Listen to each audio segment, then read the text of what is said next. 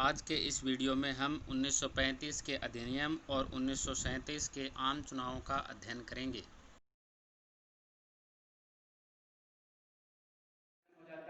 तीनों गोलमेज सम्मेलन के बाद में एक श्वेत पत्र जारी होता है, श्वेत पत्र। और इसमें देखो जो भारत सचिव हैं वो बन गए हैं, कौन है? भारत सचिव सैमुअल हॉर।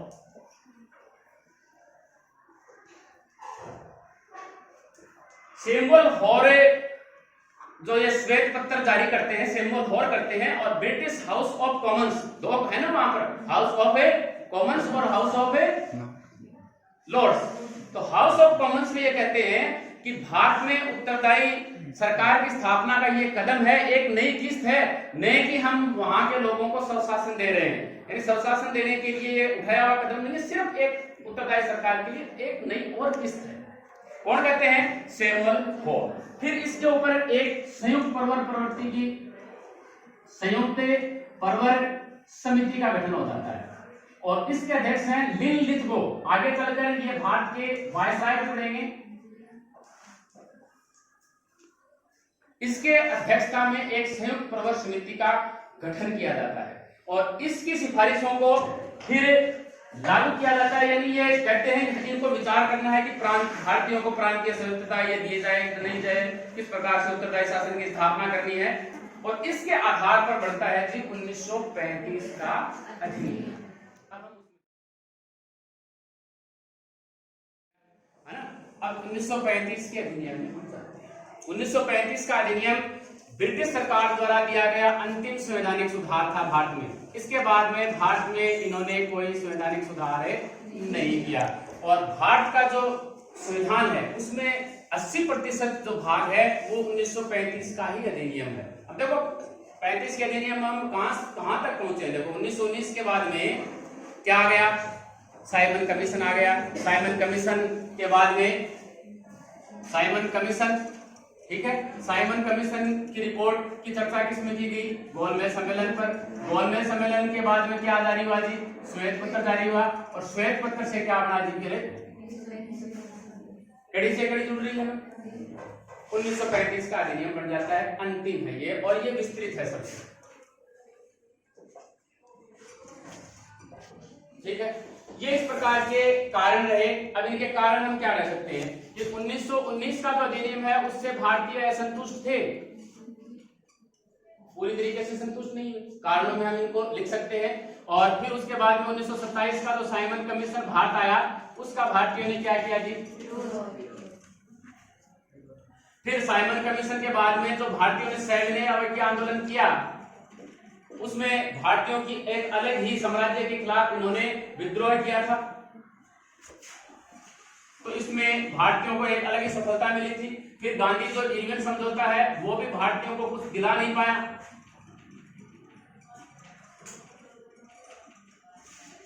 गोलमेज सम्मेलन और श्वेत पत्र के तहत अब क्या आ गया जी? 1935 का अधिनियम। अब 1935 के अधिनियम में देखो क्या है।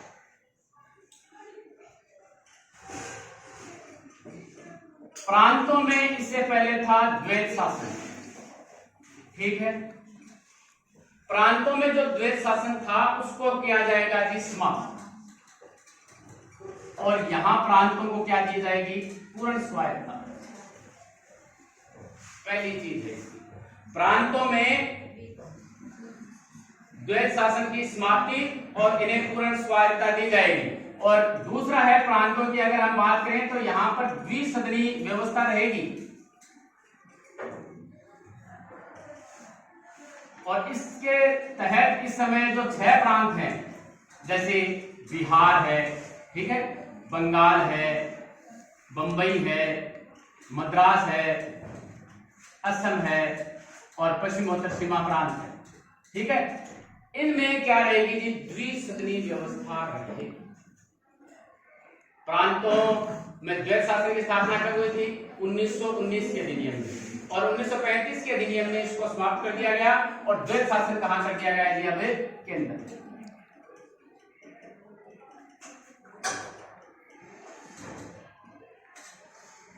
ठीक है, 3 पॉइंट क्लियर है। अगला है एक अखिल भारतीय संघ की स्थापना की जाएगी।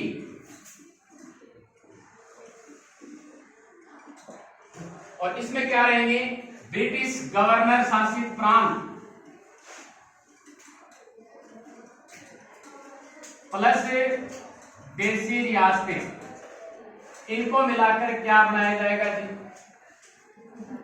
अखिल भारतीय संघ का निर्माण किया जाएगा। इसके बाद में अगले की हम बात करें कि इसके अंदर जो सांप्रदायिक या पृथक निर्वाचन मंडल लिख देता हूं मैं, पृथक जो निर्वाचन मंडल है उसकी सुविधा का क्या किया जाएगा जी? विस्तार। और वो किनको दे दिया जाएगा? दलितों को दे दिया जाएगा।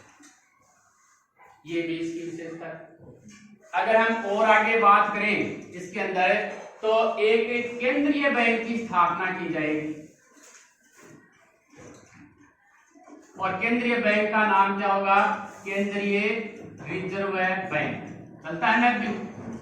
तो इसकी स्थापना भी इस समय की जाएगी। और अगली चीज की हम बात करें तो 1858 का जो अधिनियम है उसके तहत नियुक्ति हुई थी किसकी? काउंसिलों की। तो उन काउंसिलों को कर दिया जाएगा समाप्त और उसके स्थान पर क्या कर दिया जाएगा? जो भारत सचिव है, भारत सचिव के सलाहकार की नियुक्ति की जाएगी। और आगे हम बात करें रेलवे केंद्रीय या संघीय रेलवे आप कहें, इसके अंदर संघीय रेलवे प्राधिकरण की स्थापना की जाएगी। किसके लिए? रेलवे के निर्माण, रख रखाव, संचालन के लिए किसकी स्थापना की जाएगी? संघीय रेलवे प्राधिकरण की स्थापना की जाएगी। अगले पॉइंट की हम बात करें कि इसके अंतर्गत जो बर्मा है, अब तक भारत के साथ में था, बर्मा को भारत से अलग कर दिया जाएगा।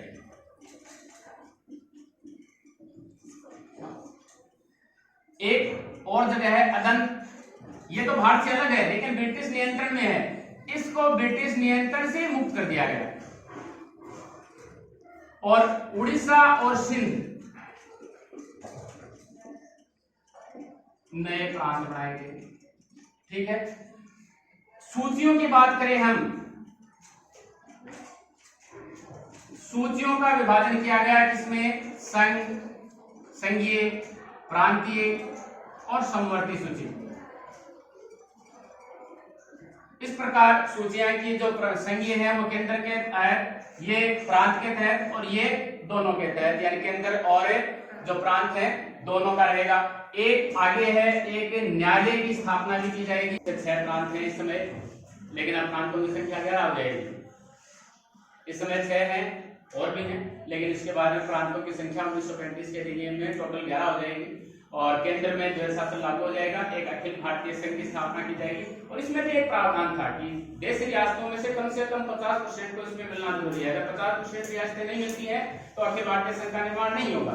ठीक है। पृथक निर्वाचन मंडल जो है उनका विस्तार किया गया। 1919 में सिर्फ किसको दिया गया था? मुस्लिमों को दिया गया था, सॉरी 1909 में। और 1919 के अंदर किसको दे दिया गया था? सिखों को, ईसाइयों, भारतीय ईसाइयों को, जिनको दे दिया गया था। और 1935 के अंतर्गत ये किसका विस्तार कर दिया गया? दलितों के लिए भी केंद्रीय रिजर्व बैंक की यहाँ इसमें स्थापना हो जाती है। और 1858 में जो काउंसिल है, एक संघीय न्यायालय की स्थापना, संघीय न्यायालय। और ये भी अंतिम न्यायालय नहीं था, इसके बाद में भी कई मुकदमों के लिए प्रिवी न्यायालय की स्थापना इसमें की गई इंग्लैंड के अंदर की। ये अंतिम अपील नहीं है, आप इंग्लैंड में भी इसके बारे में अपील कर सकते हैं। तो इस प्रकार से 1935 के भारत शासन अधिनियम के ये मुख्य मुख्य पॉइंट है। और 1 अप्रैल 1937 को ये सभी लागू हो जाते हैं। सिर्फ छोड़कर किसको?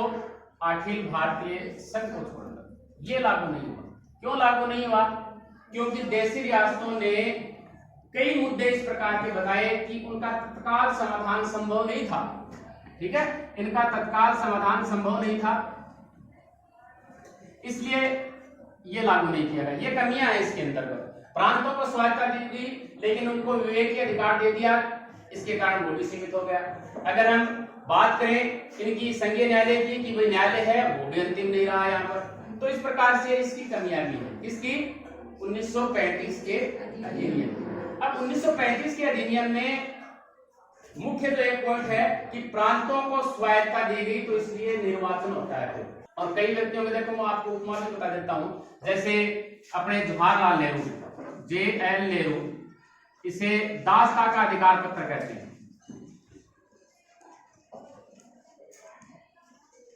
कि ये जो 1935 का अधिनियम है, इसमें ब्रेक तो कई है, ब्रेक बहुत सारे हैं, लेकिन इंजन तो है नहीं।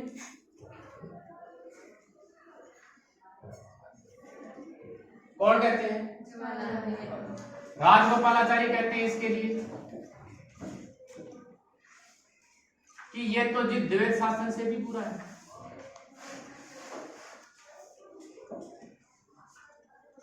जिन्ना भी पीछे नहीं रहते यहाँ पर। जिन्ना कहते हैं कि ये तो एकदम सड़ा हुआ है, मूल रूप से बुरा है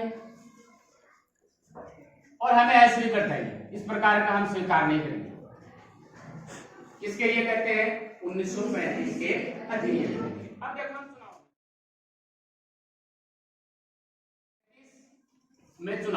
चुनाव की हम बात करते हैं। चुनाव की हम बात करते हैं 1937 में, जुलाई 1937 में चुनाव होते हैं। कांग्रेस किसका विरोध करती है? 1935 के अधिनियम का कांग्रेस विरोध करती है। अब देखो हम चुनाव में चलते हैं। 1937 यानी यहाँ चुनाव का विरोध करते हैं ये। इस अधिनियम का कांग्रेस ने विरोध किया है, लेकिन फिर भी 1937 के चुनाव में चले गए।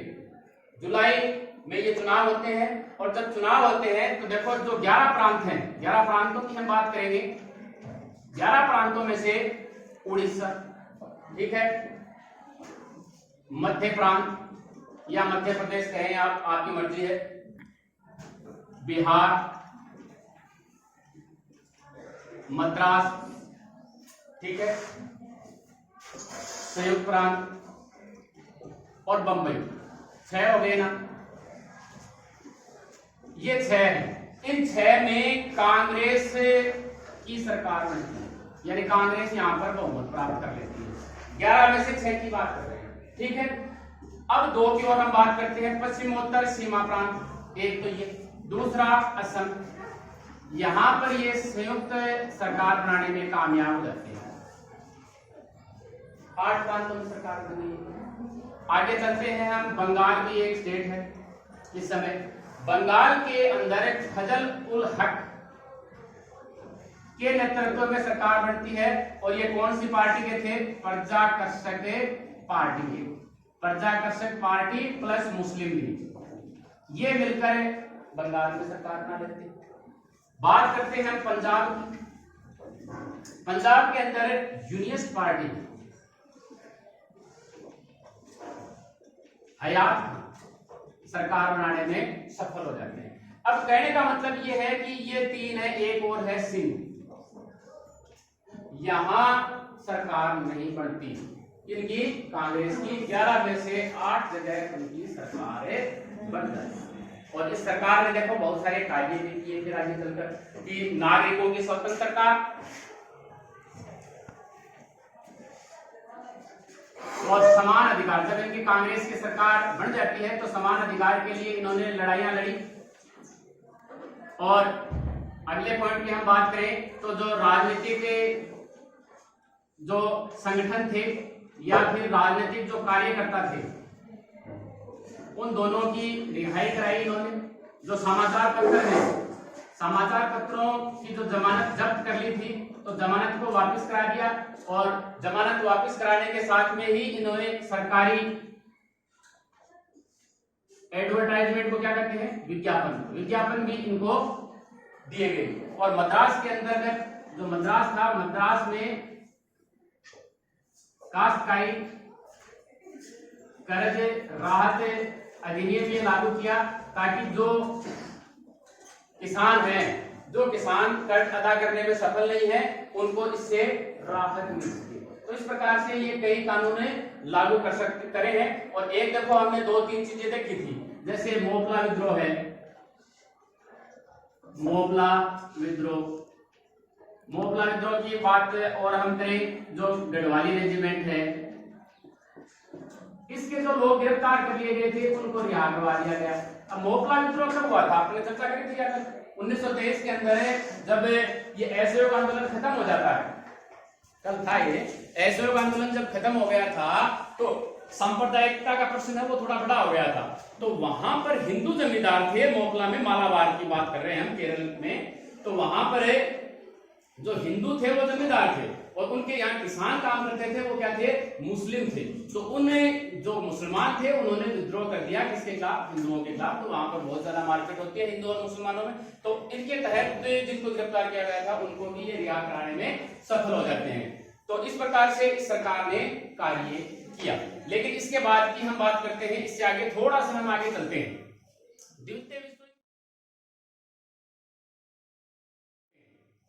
द्वितीय विश्व युद्ध शुरू हो जाता है 3 सितंबर 1939 को, जब पोलैंड पर जर्मनी आक्रमण कर देता है तो द्वितीय विश्व युद्ध शुरू हो जाता है। और द्वितीय विश्व युद्ध जैसे ही शुरू होता है तो द्वितीय विश्व युद्ध के बाद में जो इस समय वायसराय है वो है लिन लिथगो।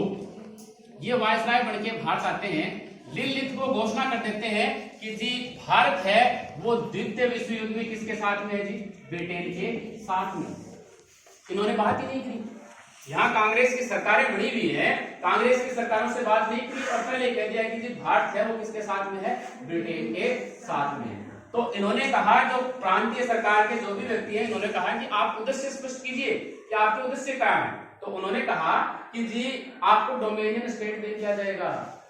वो कल वाली बात कि आपको डोमिनियन स्टेट यानी रिटाई बात थी। अब भारतीय चाहे अब क्या चाह रहे थे, वो पूर्ण स्वराज चाह रहे थे। तो डोमिनियन स्टेट में उन्होंने माना नहीं। तो इसके बाद अक्टूबर के अंदर, कई किताबों में अक्टूबर है, कईयों के अंदर नवंबर है, नवंबर 1939 में इन्होंने, जो ये कांग्रेस की सरकारें थी, इन्होंने त्याग पत्र दे दिया। ठीक है, यानी हम सरकारों से इस्तीफा देते हैं, इन्होंने त्याग पत्र दे दिया। तो 22 दिसंबर 1939 को, ये तारीख बहुत इंपॉर्टेंट है, 22 दिसंबर 1939 को ये मुक्ति दिवस के रूप में मनाया जाता है। किसने मनाया, मुस्लिम लीग प्लस भीमराव अंबेडकर ने। क्यों मनाया, मुस्लिम लीग ने तर्क दिया, इन्होंने एक पीरपुर रिपोर्ट प्रकाशित की। कौन सी रिपोर्ट है, पीरपुर रिपोर्ट। इस रिपोर्ट में इन्होंने मनगढ़ंत कहानी दर्ज की या घड़ी। क्या घड़ी कि जो प्रांत है जहां पर कांग्रेस का शासन है वहां पर मुस्लिमों पर बहुत ज्यादा अत्याचार किया जा रहा है। तो इसके तहत फिर वो सांप्रदायिकता फिर आ जाती है। तो ये तो विरोध में थे, यानी जो ये चुनाव हुआ था वहां कहीं भी जो मुस्लिम लोग थे वहां भी मुस्लिम लीग को सफलता नहीं मिली है यहाँ, है ना। तो ये पहले से आज थे। तो इस प्रकार से भीमराव अंबेडकर के साथ में मिलकर मुस्लिम लीग है, जब इस्तीफा दे दिया कांग्रेस ने कि भाई हमें मुक्ति मिल गई, तो 22 दिसंबर 1939 को किसके रूप में मनाते हैं, मुक्ति दिवस के रूप में। इसी के साथ हमारा आज का यह टॉपिक समाप्त होता है।